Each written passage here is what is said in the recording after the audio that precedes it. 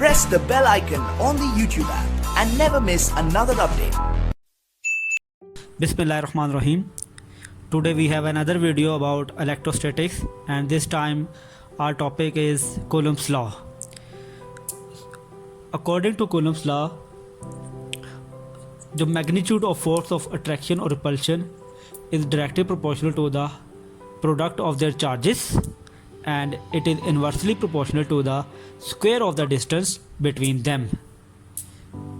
Simply ये कि जो इलेक्ट्रिक फोर्स होगी वो दो चार्जेस के दरमियान जो है वो उनकी प्रोडक्ट के डायरेक्टली प्रोपोर्शनल होगी, लेकिन उनका जो डिस्टेंस है उन दोनों के दरमियान उसके स्क्वायर के जो है वो इन्वर्सली प्रोपोर्शनल होती है। लेट्स सपोज जैसे कि हमारे पास जैसे कि ये दो मैग्नेट्स हैं, तो अगर इन दो मैग्नेट्स को जो फोर्स ऑफ इलेक्ट्रिक फोर्स जो कि फोर्स ऑफ अट्रैक्शन रिपल्शन इन दो चार्जेस के प्रोडक्ट के डायरेक्टली प्रोपोर्शनल होगी, लेकिन स्क्वायर ऑफ द डिस्टेंस जो होगा उसके इन्वर्सली प्रोपोर्शनल होगी। जैसे कि लेट्स हम स्टार्ट करते हैं, जैसे कि दो मैग्नेट्स है, जैसे हमारे पास जो फोर्स ऑफ अट्रैक्शन जैसे भी करीब जितना चार्ज करीब करता जाएगा फोर्स ऑफ अट्रैक्शन जो होगी वो बढ़ती रहेगी, जैसे ये लाइक दिस। तो इसको मैंने करीब किया दोनों चार्जेस को, जो फोर्स ऑफ अट्रैक्शन है वो बढ़ती जाएगी। अब इन जो सेकंड स्टेटमेंट वो यही है कि जो फोर्स ऑफ अट्रैक्शन जो है इसके स्क्वायर के जो है वो इन्वर्सली प्रोपोर्शनल है, लाइक दिस। बस का मतलब ये होगा कि जैसे ये दो चार्जेस है, यहाँ पे फोर्स ऑफ अट्रैक्शन जो है वो ज़्यादा है, ये देखिए जैसे कि अब इस डिस्टेंस का अगर मैं स्क्वायर करता हूँ तो फोर्स ऑफ अट्रैक्शन और कम हो जाती है। अगर इसका अगेंस्ट स्क्वायर करता हूँ तो फोर्स ऑफ अट्रैक्शन और कम हो जाएगी। अगर इसी का भी और स्क्वायर करूँगा तो फोर्स ऑफ अट्रैक्शन जो है वो बहुत कम हो जाएगी। तो सिंपली जो कूलम्स लॉ है वो यही हमें इन्फॉर्मेशन देता है कि जो फोर्स ऑफ अट्रैक्शन है और रिपल्शन है दो चार्जेस की प्रोडक्ट के डायरेक्टली प्रोपोर्शनल है और उनके स्क्वायर के जो है वो इन्वर्सली प्रोपोर्शनल है। So now let's move toward the mathematical form of Coulomb's law. Let's हमारे पास जैसे कि ये मैथमेटिकल फॉर्म, तो हम स्टार्ट करते हैं लेट। और जो first statement the force of attraction जो है वो डायरेक्टली प्रोपोर्शनल है product of two charges. For example हमारे पास ये Q1 और Q2 जो है वो Q1 एंड Q2 जो है ये प्रोडक्ट ऑफ टू चार्जेस है, और according to the statement force of attraction is directly proportional to product of two charges Q1 and Q2. We name it equation 1.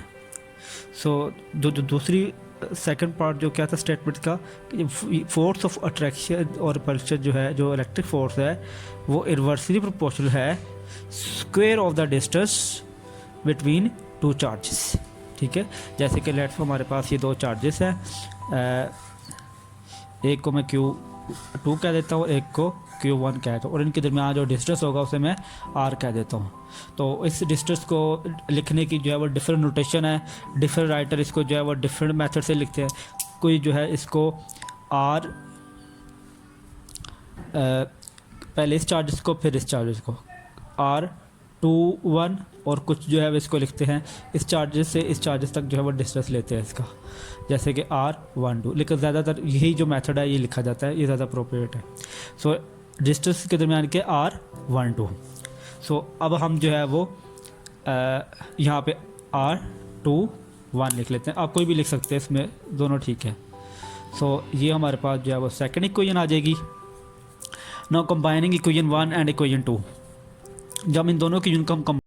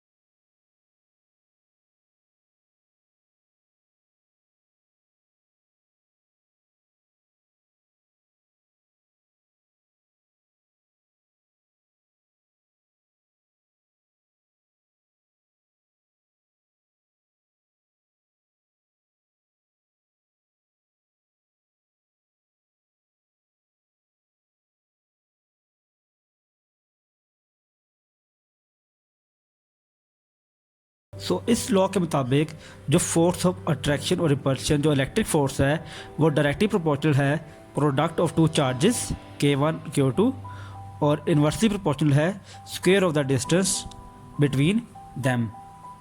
और जो K है वो हमारे पास एक कांस्टेंट है और इलेक्ट्रिक कांस्टेंट है और जिसकी जो कि 1/4πε0 के इक्वल होता है और ε0 हमारे पास जो है परमिटिविटी ऑफ फ्री स्पेस होती है और जो वैल्यूज़ ऑफ ε0 की होती है वो होती है 8.85 मल्टीप्लाई 10⁻12 और जो K जो है electric constant it is equal to 9.0 multiply 10⁻9 newton metre square पर coulomb square. So now let's move toward the example of Coulomb's law. Let's move toward the example of Coulomb's law. So it's a Coulomb's law problem. So find the electric force between charges of plus 1.0 coulombs and minus 2.0 coulombs located at a distance 0.50 meter apart in air. So we have to find the electric force between them. So we will solve it by using Coulomb's law, which is F is equal to K Q1 Q2 over R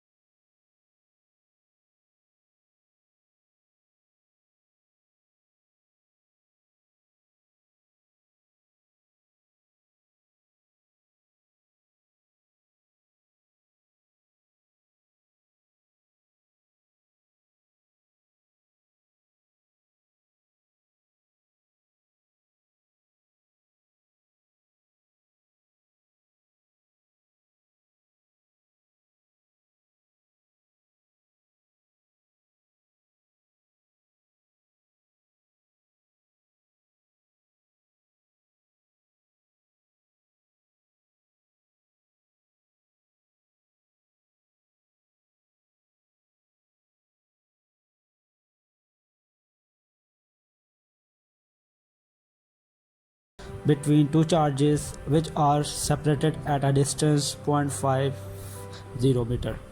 Thank you very much for watching. Hope you like it. Bye bye.